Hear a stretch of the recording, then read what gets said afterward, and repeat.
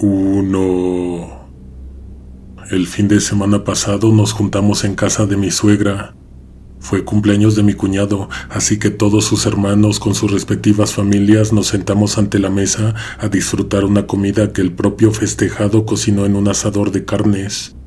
Como a las 8 de la noche se llevaron a los niños a dormir. Inmediatamente después, la esposa de mi cuñado sirvió unas copas y nos hizo regresar a la mesa para platicar. No recuerdo de qué otras tantas cosas hablamos, pero en un momento la plática se fue inclinando hacia el tema de lo paranormal. Escuchamos un par de historias que ellos cuentan siempre, solo para actualizar a aquellos que nunca las habían escuchado. Tania, la esposa de Carlos, llevó a su hermana. Vamos a llamarle Marcela. Es enfermera y trabaja en un hospital privado. Ella ni siquiera se veía con ganas de platicar, lo que sí es que escuchaba atentamente. Cuando se acabaron las participaciones de aquellos que se ofrecieron a contar sus experiencias, a alguien se le ocurrió pedirle a Marcela que contara algo. Me acuerdo bien que la pensó mucho para decirnos que a ella le había ocurrido algo que describió como extraño, pero a mi punto de vista era mucho más que extraño. Lo que te voy a contar raya en la locura. No te voy a decir el nombre del hospital ni el de la cuñada de Carlos. No me quise esperar a pedirle permiso para compartirlo, así que por favor omitamos esta parte. Ella utiliza diariamente al salir del trabajo las líneas 3 y 9 del metro de la Ciudad de México. Viajaba, hacía transbordos, recorría los pasillos, a veces se transportaba muy de noche cuando las estaciones están muy solitarias. Ni en el metro, ni en la calle, ni en su casa ella había sido testigo o partícipe de una situación inexplicable o estremecedora. No, hasta que una noche uno de sus pacientes le pidió que no se regresara en el metro el siguiente viernes porque iba a pasar una tragedia.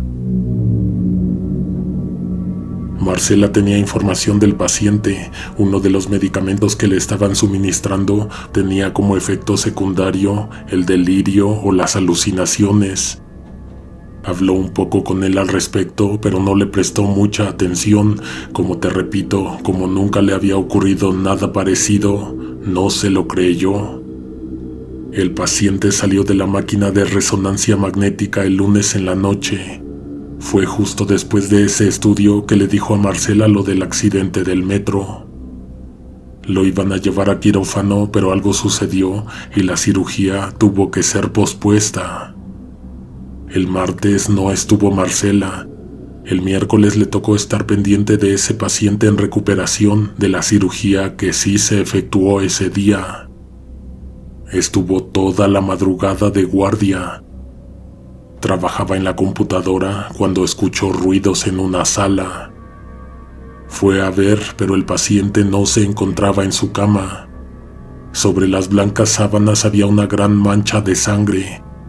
En el suelo, gotas y huellas oscuras. Ella dijo que lo que se veía en la cama y en el suelo no parecía corresponder a la herida del procedimiento que le realizaron. Siguió el rastro y encontró a su paciente sentado en la cama de otra sala. Pensó por un momento en no llegar hasta dentro de la pieza e ir a avisar y pedir asistencia. La persona estaba perdiendo mucha sangre porque tenía una cortada muy fuerte en un dedo. El bisturí estaba tirado a un lado, escurriendo. La persona actuaba como si no sintiera dolor, parecía como si aún estuviera durmiendo y se hubiera levantado sonámbula. Vio a los ojos a Marcela, aunque parecía que tenía la mirada perdida. Le dijo que no se subiera al metro el día viernes, porque ese día iba a pasar algo muy malo. Segundos después, la persona salió del trance o despertó. Repentinamente sintió el dolor, se vio la mano y se asustó tanto que empezó a tener un ataque de nervios. Un médico que se encontraba en guardia bajó de los pisos superiores a encargarse de la herida en la mano. Marcela nos dijo que pensó que lo que le estaba pasando ahora podía deberse a la anestesia. Seguía sin sospechar nada. El jueves al paciente le estuvieron haciendo más estudios desde muy temprano, pero Marcela no estuvo presente. A la hora en que se retiró, pasó a los baños y se encerró en un módulo. Ella recuerda haberse encontrado completamente sola en las instalaciones. El silencio de ahí solo era interrumpido por las motocicletas que pasaban a toda velocidad por el periférico. De pronto, golpearon la puerta que tenía frente a ella. Inmediatamente respondió que ese módulo estaba ocupado. Sin embargo, cuando miró por debajo de la puerta, vio que no había nadie. Tal vez tocaron en el de al lado y se escuchó muy fuerte. Esta segunda vez que golpearon, ella vio que su puerta fue la que se sacudió. No solo vio eso, en la rendija había una cara asomada, muy a pesar de que no se veían pies tocando el suelo. Era el paciente. Estaba buscando específicamente a Marcela para decirle que mañana iba a ser el día del accidente, que por favor evitara utilizar el metro. Aunque no lo quería aceptar, ya le estaba dando miedo que en realidad fuera a pasar algo.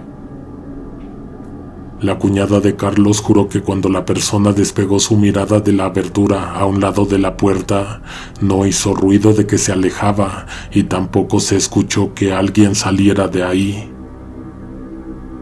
Marcela salió con cuidado y revisó el resto de las instalaciones, pero no encontró a nadie. Aún le faltaban unas horas a su turno, mismas en las que no se pudo sacar de la cabeza lo que había visto y oído. El día siguiente, cuando terminó su guardia, recogió sus cosas, se despidió de sus compañeras y salió del hospital. Estuvo a punto de tomar un taxi porque no dejaba de imaginarse la clase de accidente que podría o no podría ocurrir bajo tierra, en el metro. Caminó las 6 o 10 cuadras que la llevaban a la estación. Antes de entrar, volvió a considerar lo del taxi. Estuvo unos minutos afuera hasta que decidió desechar la opción. Iba a bajar por las escaleras, pero de nuevo se detuvo. Le vino muy convenientemente la idea de pasar por algo de comer antes de irse, matar el tiempo, diría yo. Terminó de comer, pagó, se levantó y caminó hacia la entrada de la estación. No bajó como siempre la escalinata, lo hizo lento, como dándose un tiempo para dejar que ocurriera lo que tenía que ocurrir. A ella y a unas cuantas otras personas las detuvieron en los torniquetes. Suspendido el servicio, alguien se aventó. Todos los que escucharon eso sintieron escalofríos, pero Marcela dice que hasta se le empapó la espalda de sudor frío. Sucedió el accidente en el día y en la hora indicados. Todavía no desalojaban la estación, así que se apresuró para ser de las primeras en tomar un taxi para ir a casa. Marcela sabía el día en que daban de alta a esa persona. Sabía que no la iba a encontrar cuando volviera a su siguiente turno. Hubiera deseado haberlo comentado con sus compañeras para que fueran testigos de la premonición. De todos modos, buscó el momento para platicarles, pues se lo tenía que sacar de adentro. La reacción de las otras enfermeras fue la esperada. Un poco de asombro, pero también la pregunta de ¿por qué no nos dijiste antes para que nosotras tampoco lo usáramos?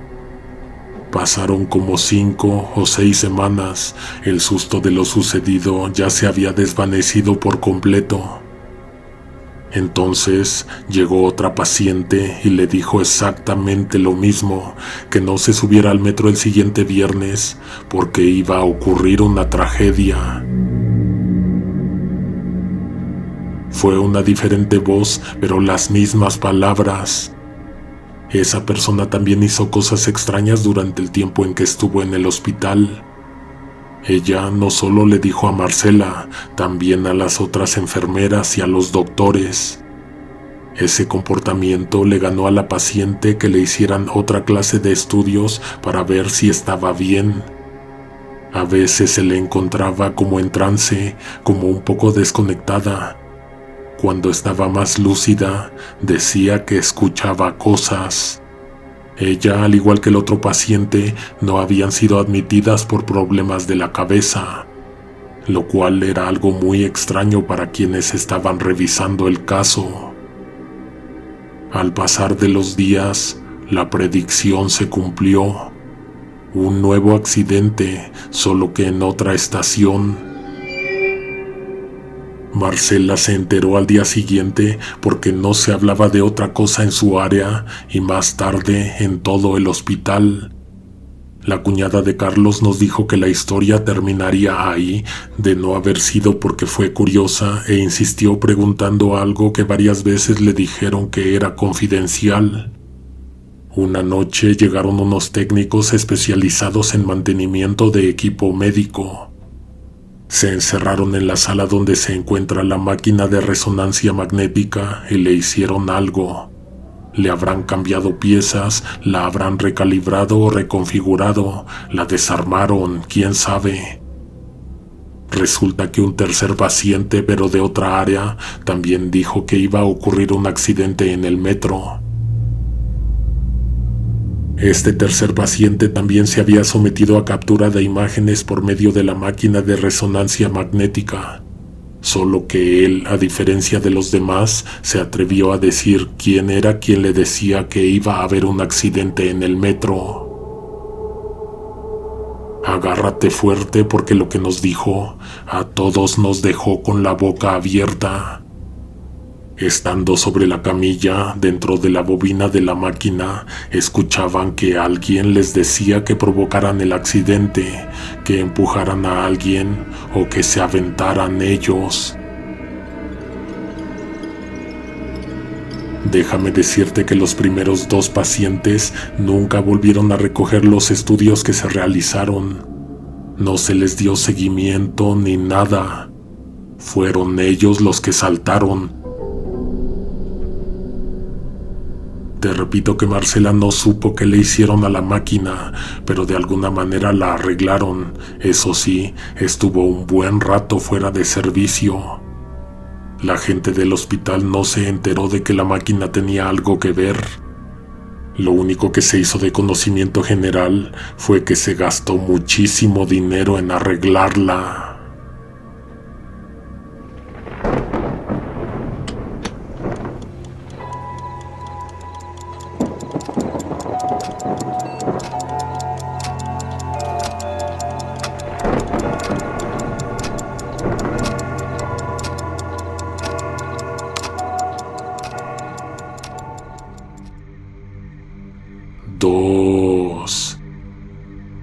En el metro de esta ciudad también espantan. Amanda era una de las señoras del aseo del turno de la mañana en una de las estaciones de dicho transporte. Durante el apogeo de la pandemia se les hizo más pesado el trabajo, ya que tenían que asear más meticulosamente los carros, no solo a recoger basura o a trapear las manchas más visibles, había que desinfectar profundamente hasta el último rincón. Una tarde, cuando Amanda ya iba a salir de la estación donde hacía turno, la llamaron a la oficina de coordinación administrativa y monitoreo. La pobre mujer fue pensando en el regaño que recibiría, ya que lo más probable es que había pasado por alto los baños de ese lugar. Dejó su cartera y sus cigarrillos en el casillero y con resignación tomó los artículos de aseo y fue hasta la oficina. Ahí la esperaba Soledad, su jefa de área, don Alberto de Recursos Humanos y una chica nueva prevencionista de riesgos. Amanda, temiendo lo peor, iba a comenzar a disculparse por no haber aseado el lugar, pero fue interrumpida por Soledad, asegurándole que la llamaban para felicitarla por su puntualidad y lo prolija en su trabajo, pero por la situación que se estaba viviendo, estaban en apuros. Tenían el personal de la noche reducido a menos de la mitad, ya que había varios funcionarios en cuarentena. Es por esto que necesitaban de su ayuda durante este turno por un par de semanas hasta que el nuevo personal estuviera apto para cubrir a los compañeros con licencias. No era mucho lo que había que hacer a esas horas, solo repasar lo que ya se había aseado durante el día. La situación de la pandemia los ponía en obligación de ser exhaustivos en todas las estaciones y a la gente nueva no podían ponerlas en ese turno de buenas a primeras, ya que muchos no volvían a trabajar. Después de que le hablaron de las compensaciones que tendría por cubrir esos turnos, de lo bien considerada que la tenían los jefes y de lo agradecidos que estaban por su ayuda, por fin la dejaron ir. Amanda lo único que quería era salir de ahí, tomar sus cigarrillos y caminar por la vereda al costado del río que atraviesa la ciudad, en donde no es la única que hace ese recorrido para poder fumar, donde a nadie le preocupa la mascarilla ni la mentada pandemia, donde todos los que por ahí transitan solo quieren tener ese momento del día en que se sienten libres, momento en que pareciera que cada problema se fuera desvaneciendo con el humo del aromático tabaco quemado. Una vez que tuvo que ponerse nuevamente la mascarilla, la mujer entró a la farmacia por unas vitaminas para su hija que pronto sería mamá. Una chica devota de las redes de internet, sin esposo, sin pareja que se haga responsable de ella y la criatura, y sin ganas de trabajar. Esta situación y los gastos habituales obligaron a Amanda a tomar este turno sin reproches. Durante la primera semana todo estuvo bien, a excepción de las noches que se presentaba la gente del Ministerio de Salud a checar la mantención. Lo irónico de estas visitas es que después de que esa gente se iba, la oficina y los pasillos de la estación quedaban hecho un desastre y había que comenzar de nuevo. La siguiente semana, Amanda fue designada a la maestranza. Ahí es donde se le hace mantenimiento a los carros y a otras piezas claves de las vías. Las ventajas de este lugar eran muchas para una fumadora empedernida como Amanda, ya que la única sala más amplia es la de monitores y lo demás es una estación abierta donde todos los mecánicos fuman en todo momento y en todo lugar. No hay mucho que hacer, hay wifi gratis para ver telenovelas hasta el amanecer y lo mejor es que no hay visitas de la gente del ministerio. La primera noche en la maestranza le dio la bienvenida el ingeniero jefe y su segunda en el cargo, Daniela. Le dijeron que se sintiera como en su casa y que no le harían un recorrido ya que no es un lugar con muchas dependencias y que si quería comenzara por el lugar más sucio del lugar, es decir, por el baño de los mecánicos. Se cambió en la pequeña bodega de artículos de oficina, tomó el blanqueador y desodorante de la pequeña bodega y aprovechó de encender un cigarro antes de bajar a las duchas y comenzar a trabajar. En eso apareció Daniela para acompañarla y charlar de lo duro que se ha hecho el trabajo con tanto personal en cuarentena.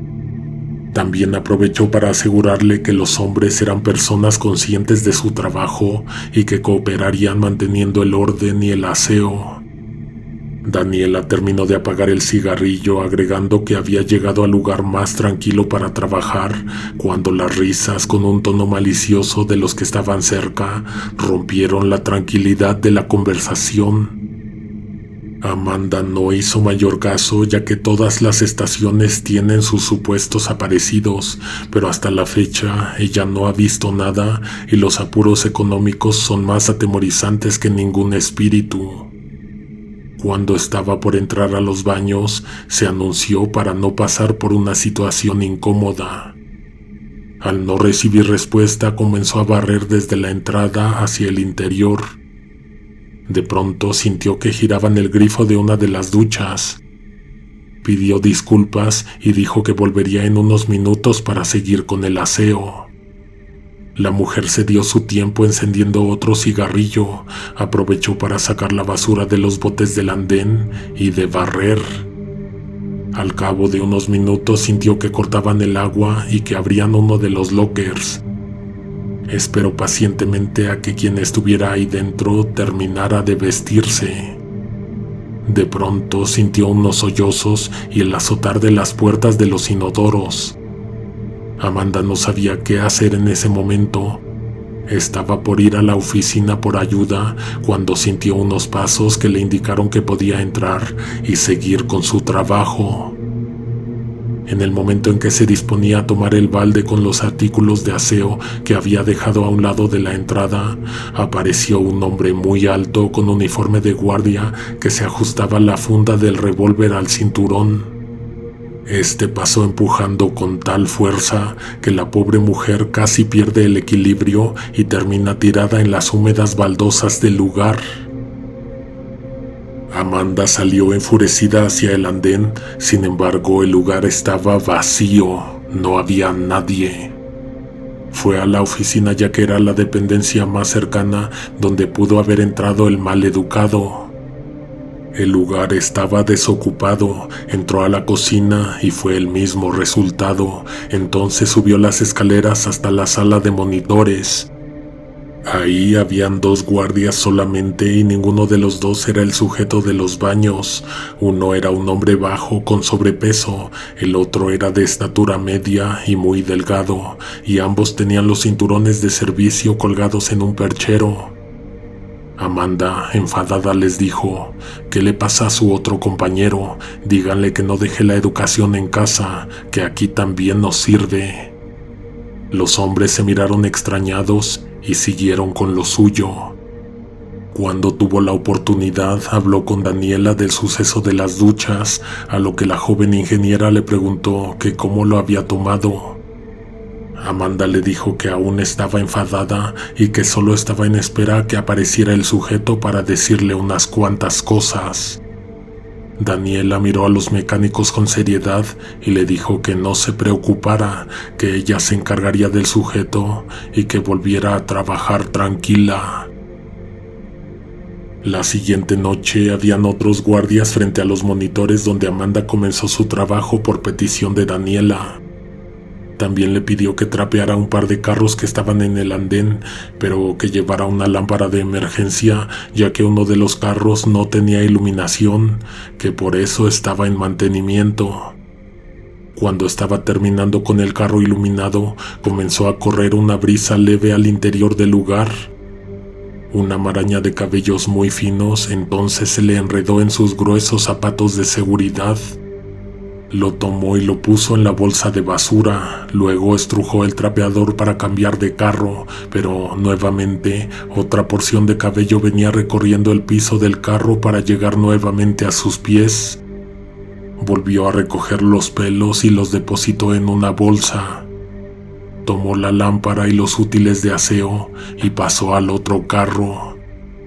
Comenzó a acomodar la lámpara para que iluminara el pasillo, luego buscó en su lista de reproducción sus canciones favoritas, retiró los audífonos del teléfono y comenzó a limpiar.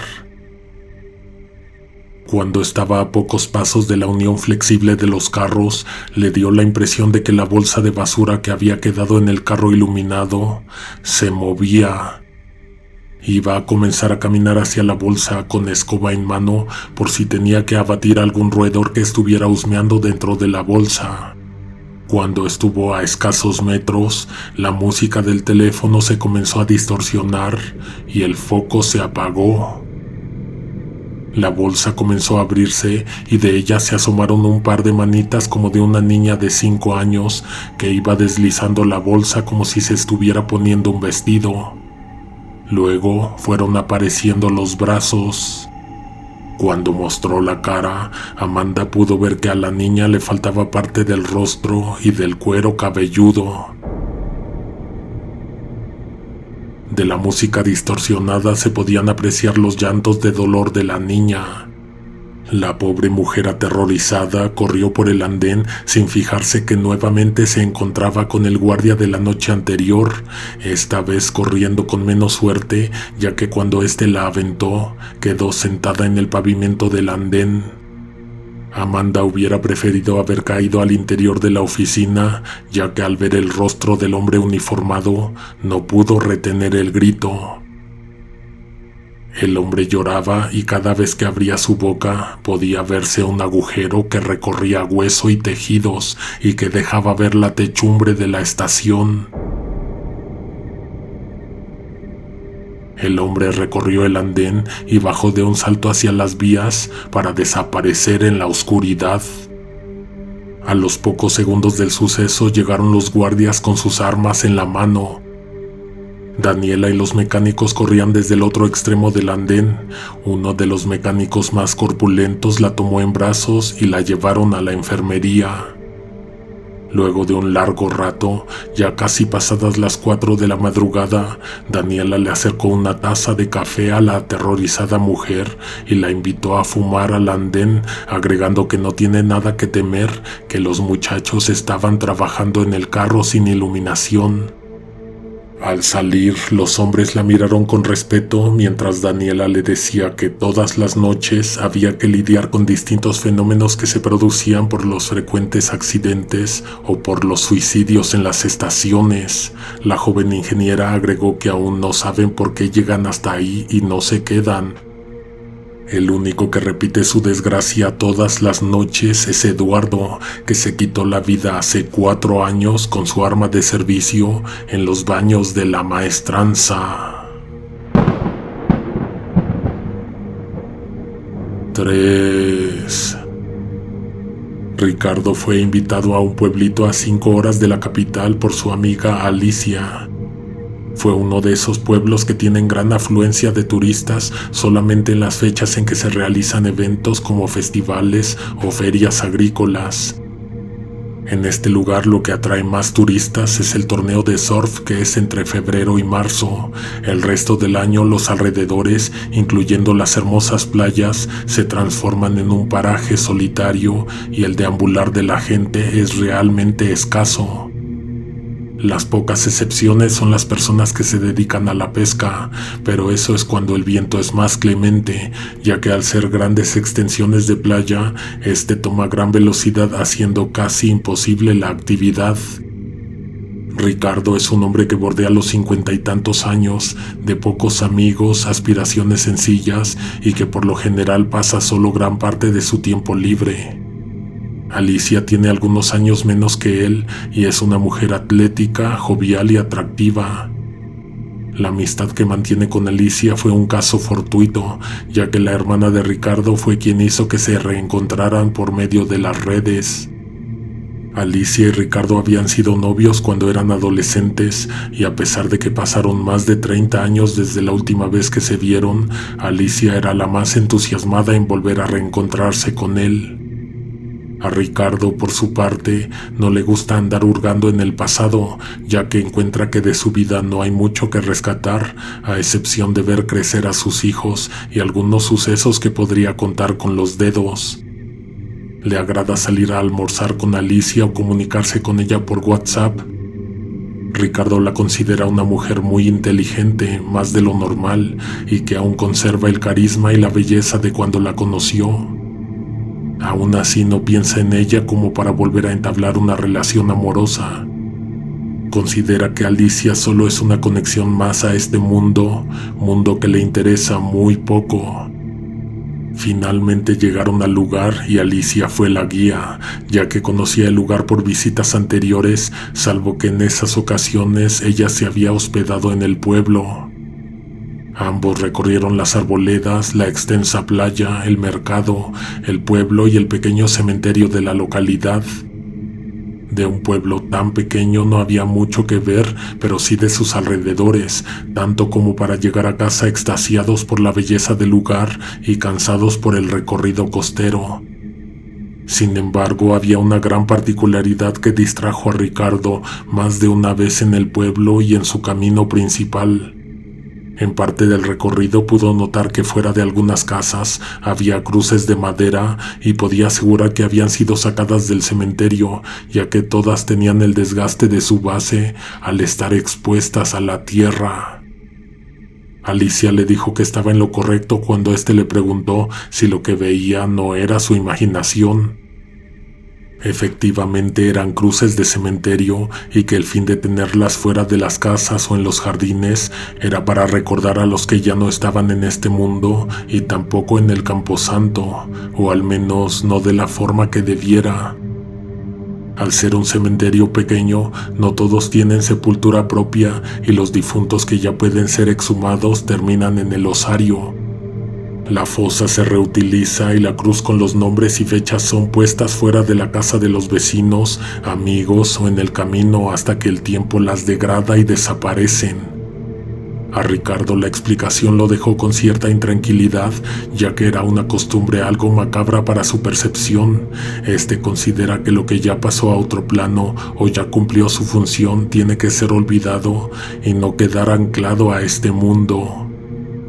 De hecho, Ricardo está pagando por su cremación, anticipándose para cuando deje este mundo. No quiere que sus hijos se vean en la obligación de ir a visitar una tumba con un cuerpo sin esencia, un cascarón vacío. Alicia encuentra que es una hermosa acción de los vecinos y que a nadie le afecta. Además, es una de las cosas que caracteriza al poblado y no pasa de ser una costumbre de recordar lo que se desvanecerá con el tiempo.